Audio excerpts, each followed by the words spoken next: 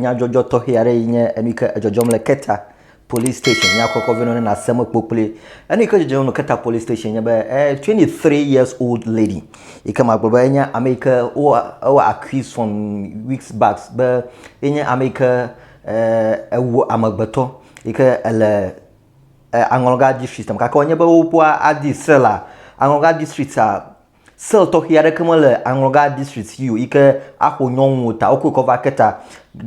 police station Keta police station ha o hofa sela ala la go hoga kle pate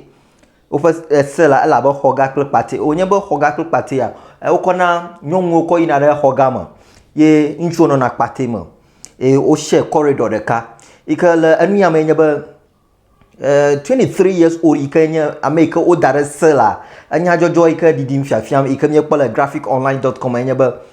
nyonu ya ikenya 23 years old lady ya enya make afofu ike ole sel homo lako jofi sel homo yo le afie fofu manya be do fofu ala gota afie gare sel homo ikenya nu ike ma gomasasama bavamna amagare ike nmakuku oji yimbuka ka o mi jawagba mi kare anu ike tututu ekwebe afie onyebe mia novia nanya afufola le gahoma alma global sel homa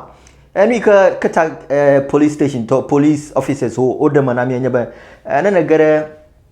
sela onyebe laba hoga pul patia na ezadoa onyebe wole nyonwola hogama na onyebe ndo huna na ma ukona ovana patia ma alo varanda da jike wo ma hoga pul patia wo ma vakata o share na together ukona ovana afuma ike ovana ya homle patia ma lafuma le varanda to himaji o varanda ma enika chodo mo nyama gakpo yo ko chodo mo papelen chodo mo baraku kisema na mnye gakpo yo ko cho nyonwo papaji papelen cho papaji kenya fia ko mo vova hona yala gakpo yo ko chodo mo magoba anyanu ke edi ha ba america le nchui papaji ke amie sesamba yenya meka de nyonwo yagbo 23 years old lady yagbo hanye afufola le sel homa le Keta police station enya ba obayi ha enuka joy be ha enu o accuse ha ba ha enya America o bana ba medra enya amagbeto yo ha wu accusation male nwen be is a medra nyonwo hanya medra ika fiflafia nwa mavanya kokom na magbedo ika fiflafia enuka joy nya ba nyon wi adam magblo na ta enya America ekpenare enwuna ndudu na no ekpoba ba alomavia de la nchu achita yeten adona ndudu no donu dua eten ekona na ayela yefa akpaji nanama kin no wanya ba yaro yia azadua yotenchina corridor ma vaji ike ya nana ba yefa amukata ona joide selama ike yo ma va yotenchina corridor ji corridor chichi manama afuma ye awuna boni tuna garo ma gakpo ama ike fuma ye le jibuka ka enye afuwe ye va fole sel homa le Keta bovito bo ike anyenu ike ya agbajembo mya akovere nya selo na mya se Keta police station na enu ya nyama of ma yim yaro yi va visitor marokpo ma ponu ya ba ma nya problem blibo nto ya ike nyonwo onye ko nchu onye ka gakpo aroko ko wo kwa uko choduma ike wono no pom ameta kwa shi akoka nyonwo lafi nchu ha ta kwa shi akoka nyonwo lafi nchu ala fi kuma baba anyenu ike mo pole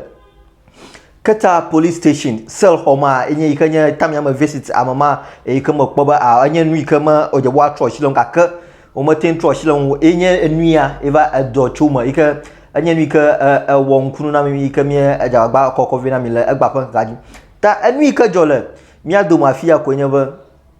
Anglonga police station o arrest amada ika okpoba amea sel male yo boy ka nyonwo na no moa o tutu cover Keta povito ogbo ba sel ya na anya nu ka Keta povito wa sel o boy ka atia ho nyonwo kplanchuo aka le wo fa nyonwo ho kplanchuo ho ma ha ku heviare lon ima o ma va o fa cho o no no ogbo edele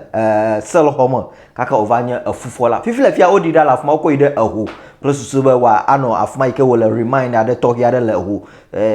sel la fuma kuma gbo enu ye ejole Keta police station enya ejagba na subscribe to Everlove TV nu ya onye nu ikami ano haha nkovena mi sha ikude mi akwa enya jojo Everlove TV mi eva ba mi akpere mi ano nyu plus ba nya jojo yo kere nya jojo a betato de share na jagba akere nkwa akpe no subscribe na comment enya kai na kpoba ya agbrocho mu ya comment plus so be me akwa na like video na like shini life man na like then like ya plus so be ade 30 mi akwa wona ado ama bubu wo ho gbo akpa